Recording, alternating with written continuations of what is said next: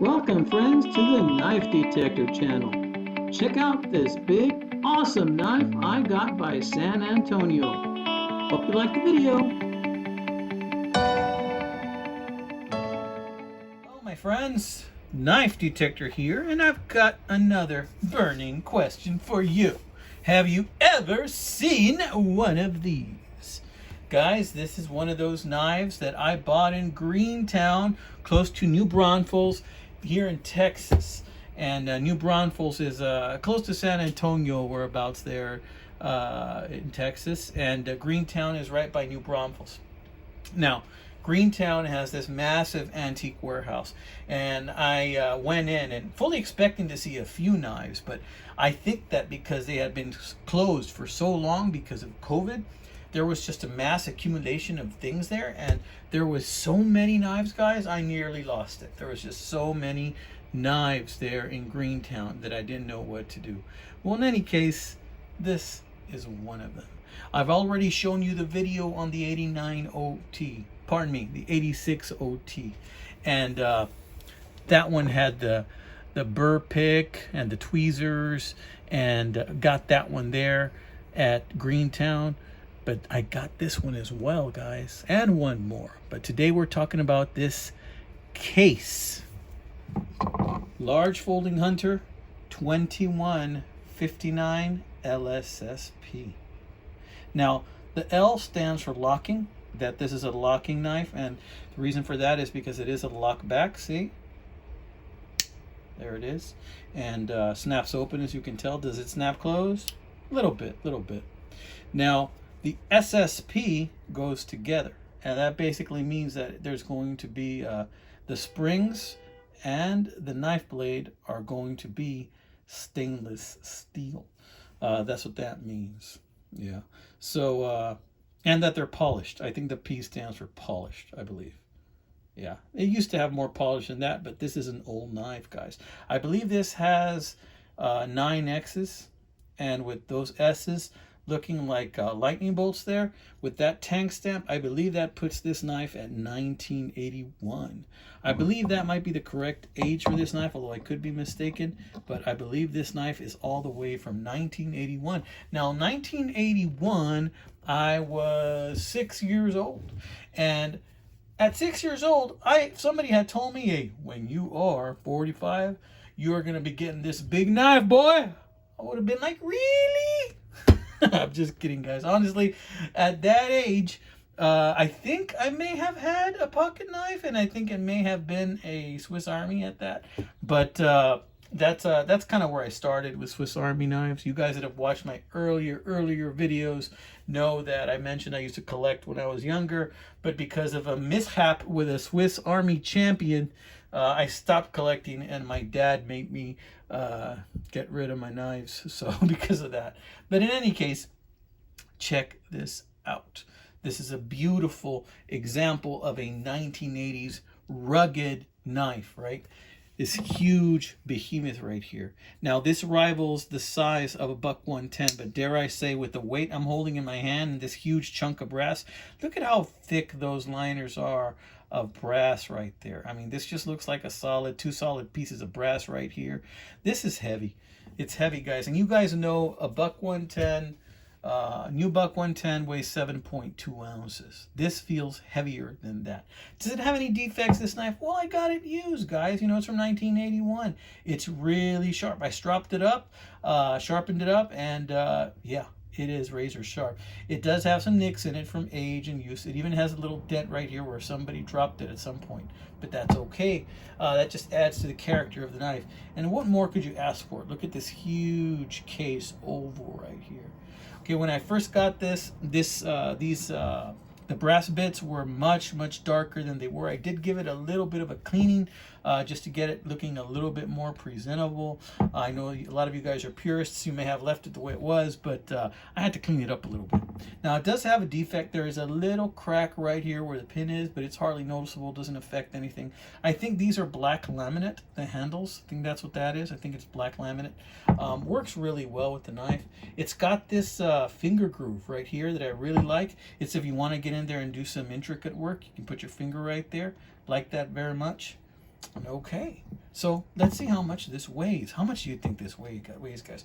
I think this weighs more than a buck 110, which is at 7.2. I'm gonna guess 9.4 on this. Let's see how close I am. I'm gonna guess 9.4 ounces, guys. Let's see. Whoa! Ah! Sorry I took you on that ride, guys. Tipped over my camera. Stopped it before it got too bad. All right, let's see. I'm guessing 9.2, 9.4. Let's see how far off I am. Man, this feels heavy. Maybe I should pick it up a bit. Okay, I'm guessing 10 ounces on this bad boy. I'm gonna change my guess to 10 ounces because this thing is just pretty damn heavy. Let's see. Well, it looks like I was way off, boys. I should have left it where it was. 8 ounces on the dot. So this thing is only about 8 ounces heavier than a buck 110. Not much heavier at all. I thought for sure this was going to be around 10. But 8 ounces, it could still be manageable. But I mean, wow. 8 ounces is still kind of heavy. Now, one thing I've been looking for is the sheath for this bad boy. Now, I don't have the sheath for it. Now, I do have a buck 110 sheath, and that buck 110 sheath fits it just beautifully. I can certainly use it with that, but you know me, I'm OCD in some areas when it comes to knives, and when I have a knife, sometimes I just want to have the perfect sheath for it. So I'm going to be hunting for a sheath. I already let one get away from me. Went a little too expensive for my blood that I found on eBay. It was going for like in the 20 bucks range. And for an older sheath, you know, that was a little bit beat up already, I thought, that's too much to pay. So let's see how long this guy is, because I have a feeling this might be longer than 5 inches. Let's see. How long is this bad boy? So, in the closed position, let's see. It's about 5 inches in the closed position. If you count from there to there, it's about 5 inches in the closed position. In the open position, it's about 1, 2, 3, 1, 2, 3, 4, 5. It's like 8 and 1, 2, 3, 4, 5/8, 8 and 5/8 or something like that in the open position. Not too bad, but this is a substantial knife right here, guys. You can't help feel but to be the head honcho. You have one of these hanging on your belt, guys, but this will pull your pants down, so you gotta tighten that belt notch once, because if not, you will be mooning your friends. But anyway, this is a cool knife. This is one of the ones I found. I also found at what I believe is from the 1930s. I think it's an A.W. Wadsworth knife from the 1930s, made with a metal body. You know, that place is just a gold mine. If I had more money, I likely would have spent it all right there, honestly.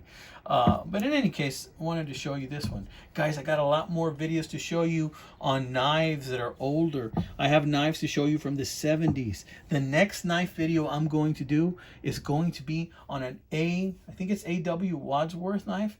I think it's A.W. or is it A.G.? In any case, it's a faux tortoiseshell pattern, sleeve board design.